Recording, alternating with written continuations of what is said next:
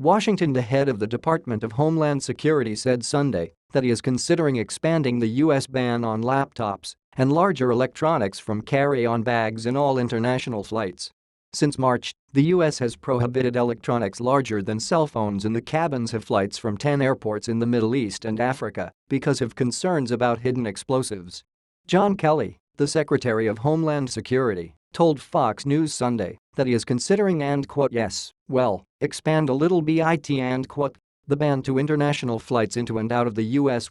Fears a real threat, said Kelly, despite strong intelligence sharing between the U.S. and other countries. But it is a real sophisticated threat and I will reserve that decision until we see where it's going. The comments amplified what Kelly said Friday as he toured Washington Reagan National Airport on the eve of the busy summer travel season, when he said he was working with airlines and security officials throughout Europe and Asia to raise the bar on aviation security. Some airline pilots and safety advocates have questioned putting more electronics into checked luggage. In rare circumstances, lithium-ion batteries sparked fires, which could go undetected in the cargo hold. After reports the U.S. would expand the laptop ban to Europe, the British Airline Pilots Association said May 15 that the risk would be greater with electronics in cargo than in the cabin.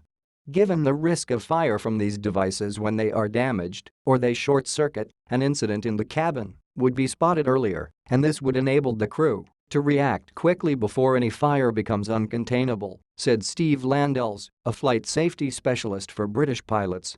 If these devices are kept in the hold, the risk is that, if a fire occurs, the results can be catastrophic.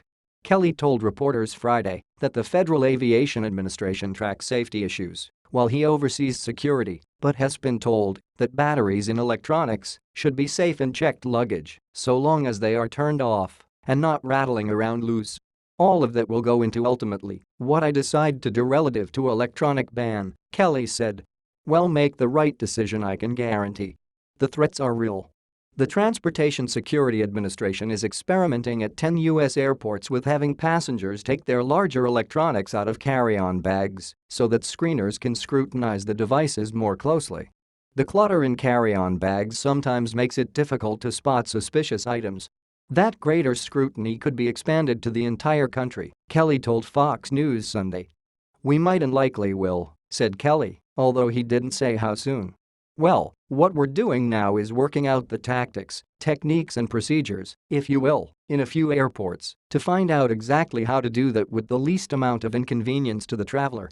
Kelly said there are no specific threats against the U.S. for the Memorial Day holiday. But as the Islamic State is defeated in Syria and Iraq, fighters could spread to other regions, such as the bombing at a Manchester concert, he said. The point is, they have a real threat and it's growing, it's metastasized, as fighters come back from the caliphate, I believe to be more of this kind of thing, Kelly said.